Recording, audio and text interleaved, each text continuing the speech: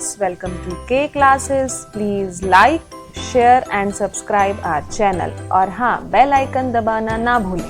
It is defined as the actual path traveled by an object during its motion. Distance is a scalar quantity. Scalar quantity means it has only magnitude and there is no direction required to define the distance. Distance को define करने के लिए आपको कोई भी direction की requirement नहीं है, सिर्फ आपको मैग्नीट्यूड की रिक्वायरमेंट है. आपको मैग्नीट्यूड बताना है. मैग्नीट्यूड का मतलब सिर्फ आपको उसकी वैल्यू बतानी है कि वो 5 मीटर है, 10 मीटर है या 20 मीटर है. अगर मैं एसआई यूनिट की बात करता हूँ तो आपके पास एसआई यूनिट डिस्टेंस की है मीटर. अब हम बात करते हैं डिस्टेंस. एक्चुअल पाथ, एक्चुअल में कैसा पाथ ट्रेवल किया है.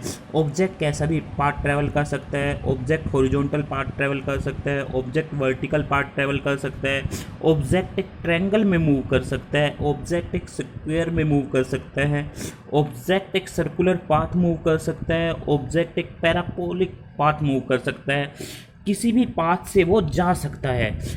हमें सिर्फ क्या कैलकुलेट करना है, हमें उसकी टोटल डिस्टेंस, हमें उसकी टोटल लेंथ देखनी है कि उसने टोटल लेंथ कितनी कवर की है. जैसे यहाँ से यहाँ तक ए से बी तक हम टोटल लेंथ मेजर कर लेंगे. ये मान लेते हैं सी से डी हम टोटल लेंथ कवर कर लेंगे. ए से दोबारा से इसी पॉइंट पर आने में कितनी लेंथ ट्रेवल की है वो मेजर कर लेंगे. उन सभी लेंथ को हम ऐड कर देंगे और ऐड करने के बाद जो भी हमारे पास टोटल आएगा उसी को हम बोलते हैं डिस्टेंस.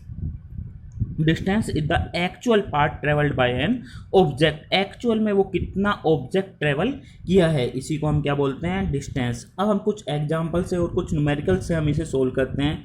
न्यूमेरिकल नंबर 1, जैसे आप मान लेते हैं आपके पास एक ऑब्जेक्ट है, वो मूव कर रहा है ए से बी. ए से बी तक की जो टोटल लेंथ हमने ट्रेवल मेजर की है वो है 5 मीटर. तो आपके पास डिस्टेंस का आंसर कितना आ जाएगा, आपके पास डिस्टेंस का आंसर आ जाएगा distance is equal to total A से बी तक कितना हो गया 5 मीटर. तो आपके पास आंसर भी कितना आ गया डिस्टेंस का 5 मीटर आ गया, क्योंकि सिर्फ वो कहाँ से कहाँ तक चला है, ए से बी और किस पाथ पे गया है, हॉरिजॉन्टल पाथ पे. दूसरा मान लेते हैं ऑब्जेक्ट सबसे पहले मूव किया है ए टू बी हॉरिजॉन्टल, उसके बाद वो मूव किया है बी टू सी वर्टिकल. जब हमने ए से बी मेजर किया तो डिस्टेंस वो लेंथ थी हमारी 6 मीटर.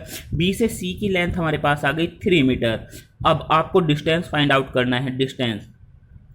डिस्टेंस क्या होता है, एक्चुअल पाथ या टोटल पाथ. टोटल पाथ उसने कितना कवर किया है. टोटल पाथ की अगर मैं बात करता हूँ कैसे गया है वो, सबसे पहले ए से बी फिर बी से सी. अब हम सबको जोड़ देंगे, टोटल जोड़ देंगे. ए से बी देखिए कितना दे रखा है 6 मीटर, बी से सी कितना दे रखा है 3 मीटर. दोनों को ऐड करिए तो टोटल कितना आ जाएगा आपके पास 9 मीटर. इट मीन्स आपके पास टोटल डिस्टेंस ट्रेवल कितना होगा 9 मीटर. तो ये आपके पास आ गई distance. Distance is the actual path travelled by an object. और ये किसी डायरेक्शन पे डिपेंड नहीं कर रहा है. यहाँ पे हमने देखा है कि वो पहले हॉरिजॉन्टल गया फिर वर्टिकल गया, बट हमने डायरेक्शन को नहीं देखा किसी भी केस में. तीसरा केस हम लेके चलते हैं. आपके पास मान लेते हैं ऑब्जेक्ट मूव किया ए टू बी फिर B to C then C to D. ये उसका पाथ है. ए से बी आपके पास 5 मीटर, बी से सी 4 मीटर, सी से डी भी आपके पास कितना दे रखा है 5 मीटर. तो आपके पास यहाँ पर डिस्टेंस की वैल्यू निकालनी है. अगर डिस्टेंस की वैल्यू निकालनी है तो डिस्टेंस क्या होता है, एक्चुअल पाथ. सबसे पहले वो एक्चुअल में कैसे चला है, ए टू बी मूव किया है, फिर वो एक्चुअल में कैसे मूव किया है बी टू सी, फिर एक्चुअल में मूव किया है सी टू डी. आप इन सभी पाथ को ज्वाइन कर दोगे. ए से बी आपके पास कितना आ गया है, ए से बी की अगर मैं बात करता हूं तो ए से बी आपके पास आया 5 मीटर, बी से सी आपके पास कितना आ गया है 4 मीटर, सी से डी आपके पास आ गया है 5 मीटर. सबको ऐड करिए तो ऐड करने पर कितना आ जाएगा 5 5 10 प्लस 4 14 मीटर. इट मीन्स आपके पास टोटल डिस्टेंस कितनी आ गई 14 मीटर आ गई. तो आपके पास डिस्टेंस का आंसर आ गया 14 मीटर. नेक्स्ट केस हम करते हैं सर्कुलर पाथ का. बहुत इंपॉर्टेंट है सर्कुलर पाथ के लिए. इसके लिए ए से मान लेते हैं एक ऑब्जेक्ट ए से स्टार्ट किया है, ए से स्टार्ट कर एंटी क्लॉकवाइज में मूव किया है, दोबारा से वो ए पॉइंट पर आ गया. अब मुझे डिस्टेंस निकालनी है. डिस्टेंस क्या ऑब्जेक्ट हॉरिजॉन्टल पाथ पे गया है, नहीं. क्या ऑब्जेक्ट वर्टिकल पाथ पे गया है, नहीं. उसने हॉरिजॉन्टल और वर्टिकल का मिक्स करा है, 2 डायमेंशन में गया है. और किस तरह से ऑब्जेक्ट जा रहा है, इस तरह से मूव करते हुए जा रहा है और कहाँ पर पहुँच गया है ए पॉइंट पर.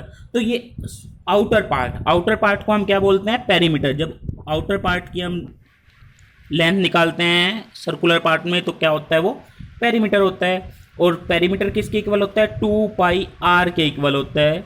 तो मान लेते हैं इसकी आर कितनी दे रखी है, 1 मीटर दे रखा है। तो आपके पास आंसर कितना आ जाएगा, 2 पाई की वैल्यू 22/7, आर की वैल्यू 1, तो आंसर आ गया आपके पास 44/7 मीटर। अब नेक्स्ट क्वेश्चन आपको इसी में समझते हैं। सर्कुलर पाथ में आपकी बार ऑब्जेक्ट सर्कुलर पाथ में मूव कर रहा है। सर्कुलर पाथ की रेडियस 1 मीटर दे रखी है। ऑब्जेक्ट मूव कर रहा है ए टू बी। जब भी आपको इस तरह के क्वेश्चन करने हैं तो आप एक फॉर्मूला याद कर लीजिए। फॉर्मूला क्या है आपके पास, अगर मैं फॉर्मूले की बात करता हूँ तो डिस्टेंस का फॉर्मूला सर्कुलर पाथ के लिए याद करिए, क्या होगा, 2 पाई आर थीटा अपॉन में 360। अब ये थीटा क्या है, थीटा इज द एंगल। सबसे पहले ऑब्जेक्ट कहाँ पर था, ए पॉइंट पर था। सेंटर से ए पॉइंट पर एक लाइन ले जाइए। फिर उसके बाद जिस पॉइंट पर वो पहुंचा किस पे है, बी पॉइंट पर। सेंटर से बी पॉइंट पर एक लाइन ले जाइए, जो ये ले गए। अब ए से बी कैसे मूव किया है, क्लॉकवाइज मूव किया है तो एंगल एंटी क्लॉकवाइज मूव किया है तो एंगल एंटी क्लॉकवाइज डायरेक्शन में। और कितना एंगल बना है ए टू बी, 180। तो थीटा कितना आ गया, थीटा का मतलब एंगल कितना आ गया, 180 डिग्री आ गया। तो आपके पास डिस्टेंस की वैल्यू कितनी आ गई,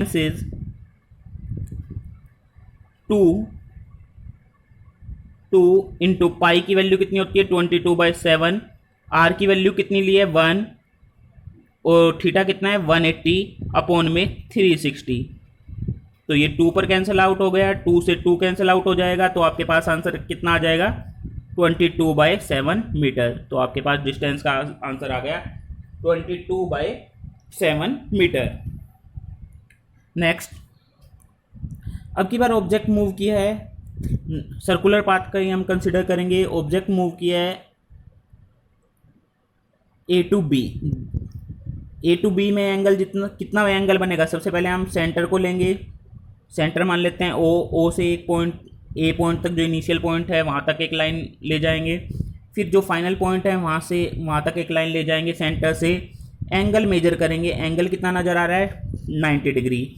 रेडियस मान लीजिए कितनी है, 1 मीटर। तो डिस्टेंस का फॉर्मूला अभी आपको बताया था, डिस्टेंस का फॉर्मूला क्या होता है, 2 पाई आर थीटा अपॉन में 360। 2 पाई की वैल्यू कितनी गिवन है आपको, 22/7। आर की वैल्यू 1 दे रखी है। थीटा कितना है, 90 डिवाइड बाय 360। तो 90 से ये किस पर कैंसिल आउट हो जाएगा, 4 पर। 2 से 4 2 पर कैंसिल आउट हो जाएगा, 2 से ये 11 पे। तो आंसर आ गया आपका 11/7 मीटर। तो इस तरह से हमने फाइंड आउट कर ली है डिस्टेंस की वैल्यू। तो डिस्टेंस की वैल्यू अभी कितना आया है, 11/7 मीटर। और यहाँ पर 90 डिग्री इसलिए लिया है क्योंकि हमारा ऑब्जेक्ट कैसे मूव कर रहा था, एंटी क्लॉकवाइज डायरेक्शन में। अगर यही ऑब्जेक्ट क्लॉकवाइज डायरेक्शन में मूव करता तो आपको एंगल ये लेना पड़ता, और ये एंगल कितना आता है, 270 डिग्री। तो थीटा की जगह आप क्या पुट करते, 270 डिग्री पुट करते, ना कि 90 डिग्री पुट करते। लास्ट क्वेश्चन हम करते हैं। लास्ट क्वेश्चन हम मान लेते हैं, अब की बार ऑब्जेक्ट सर्कुलर पाथ पर ही मूव कर रहा है। ये आपके पास 1 मीटर की रेडियस है। ऑब्जेक्ट स्टार्टिंग में ए पॉइंट पर था, यहाँ पर बी पॉइंट पर आ गया। जब हमने देखा यहाँ पर एंगल जो बन रहा था वो कितना बन रहा है, 60 डिग्री। जब ए और बी के बीच में कितना एंगल बन रहा है, 60 डिग्री। मूव कैसे कर रहा है, एंटी क्लॉकवाइज डायरेक्शन में। तब हमें बताना है तो ऑब्जेक्ट ने कितनी डिस्टेंस ट्रेवल की है। डिस्टेंस का फॉर्मूला सेम ही रहेगा, डिस्टेंस का फॉर्मूला चेंज नहीं होगा। डिस्टेंस का फॉर्मूला क्या था आपका, 2 पाई आर थीटा अपॉन में 360। अब फाइंड आउट करिए। फाइंड आउट कैसे करेंगे, 2 पाई आर थीटा अपॉन में 360 से हम फाइंड आउट कर लेंगे।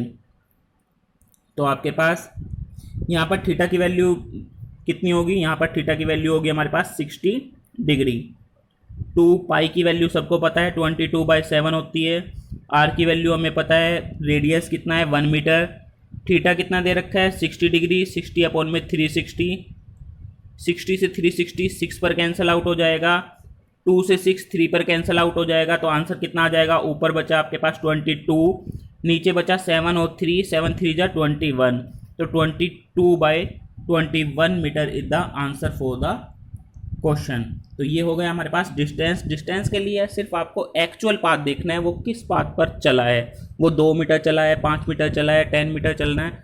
वही आपका आंसर आएगा। एक्चुअल पाथ वो इस पर डिपेंड नहीं कर रहा है कि ऑब्जेक्ट कैसे मूव किया है, वर्टिकल हॉरिजॉन्टल किसी भी तरह, हमें उससे कोई भी मतलब नहीं है। सिर्फ हमें देखना है कि वो एक्चुअल में किस पाथ से गया है, सिर्फ पाथ देखना है और उसे लिख देना है। That is known as the distance. Thank you very much. We hope you enjoyed our video. For personal online physics classes, you can contact us at 9992125662 or you can email us at kclassesconcept@gmail.com.